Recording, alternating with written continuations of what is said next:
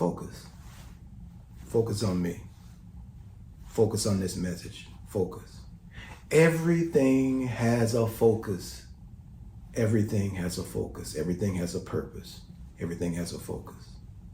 So the last thing I talked about was the fact that human beings are the only ones that I know of who can consciously and intentionally generate more energy. Focus. Focus. Now, I want you to understand that all things are energy, and there's only one energy. And energy is neither good nor bad, nor neutral, right or wrong, good or evil. That is all made up. Those are just different focuses. So we see a focus and we say the focus is bad because the focus is doing what the focus is doing, but it's still just energy. So the thing that we say is bad or good, we're really talking about the focus. The focus. So there are certain things that we can focus on that will bring us rewards, and there were certain things that we will focus on that will bring us punishment. Focus. All things are energy. All things have a different focus. Now, what are you getting from this? Like right now, if you were to go into the comment section and type in what you're getting, as if you are live in front of me right now, I would be curious to know, what are you getting from the idea of me constantly reminding you to focus? Focus. Focus. Focus. How do human beings generate more energy consciously? Focus. Focus. Focus. Let's talk about for a second before I give you the answer to that question. Let's give a better definition to energy. Let's simplify energy into something you feel more comfortable with, because just talking about energy, using the language energy, keeps it abstract for most people in their mind, because we don't tangibly know what energy is unless we change the language. So a lot of us use the language as God, and God and energy equal the same thing. So God, everything is made up of God, everything is God, and everything is made up of God.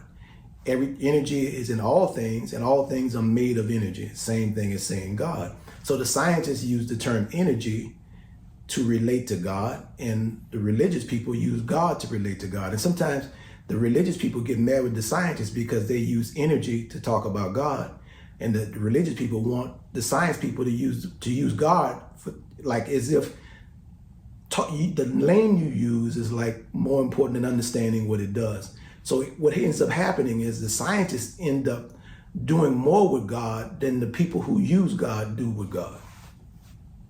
Focus. Focus. The reason why the scientists in most cases do more with God than the religious people do with God is because the science people are learning how to use energy. Focus. Focus.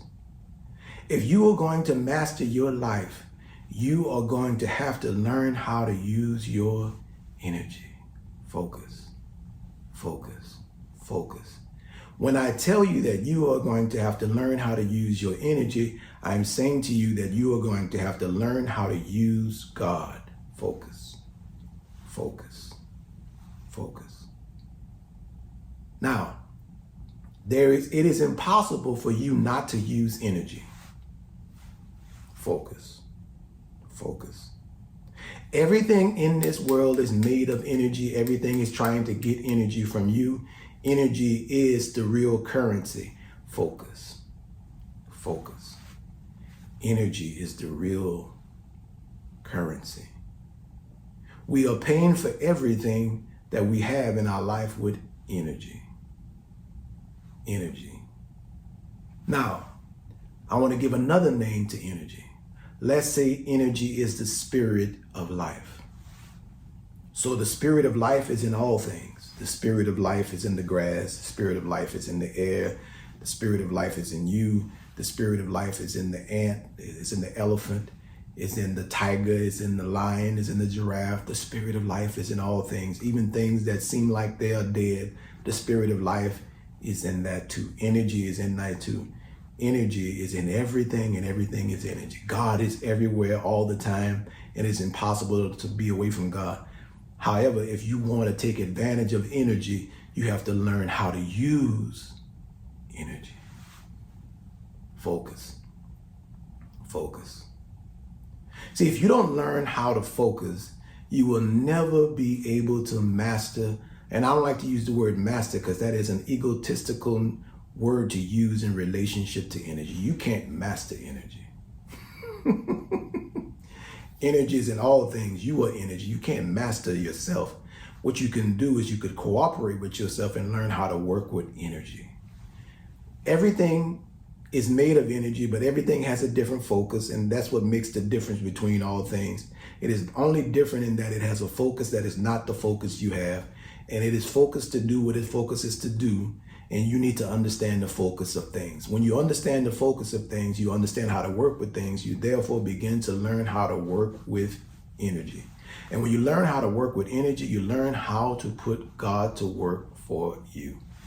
Saying God and hollering, screaming, and talking about how much God loves you, there's never been a question. Energy loves itself. All things are made of energy. All things are energy. Energy loves itself because that's all things are. That's all energy. There's no good energy. There's no bad energy. It's just energy. But what's good and what's bad is the focus, depending on what that focus is creating out in the world. You need focus to create things. Now, I want you to think about this. What this scientist, this genius scientist used this term, compounded interest. It was Albert Einstein who made this statement. He said, compounded interest is the most powerful force in the universe. What is compounded interest?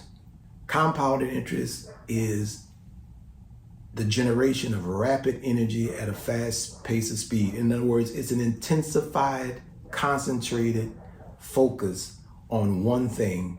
And what it does, it rapidly generates more energy. And it is the most powerful force in the universe, which is why the banks charge interest on loans. The bank charges interest because interest, when it's compounded, it's not just talking about the money that you owe, but interest, when you put more than one focus, that's what interest is, focus on a thing. But when you compound the interest, meaning when you get more than one person to focus on one thing, you start rapidly generating more energy, and that energy then powers what you are focused on. So think about this. Your focus is what's powering everything in your life. So we're going to give another definition to energy. Since energy is all things, we could keep going on and on and on about what is energy, what is God, right? So we're going to say energy equals power. That's how I came to this conversation. I came to this conversation by way of power. As a child who experienced feeling utterly powerless over his circumstance, wanting at 5 years old to never feel utterly powerless again, I went in search of the source of power. I wasn't satisfied with the old talk that I heard coming from people, that I watched them how they live, and they didn't live powerful lives. And I wanted to know, where is the seat of power? And as I began to do this work, it brought me to the conversation of energy and focus. And I'm going to get to fear, because this conversation is still about fear. It's relationship to focus, and focus relationship to fear. You have to develop a new focus. What is focus? Focus is a intensified, concentrated amount of energy being brought onto one thing. So it's intensified concentration of the spirit of life. An intensified concentration of the spirit of life being generated towards one thing, focus. When you start focusing, you also start what? What do you start doing? You start creating purpose. You start giving life. So what you're doing is, think about it. You are putting in the spirit of life into one particular thing, therefore bringing it to life, even if you want it or you don't want it. This is M. Fear in its relationship to focus. Focus in its relationship to fear. It's coming. Stick with the process. Focus. Focus. Focus.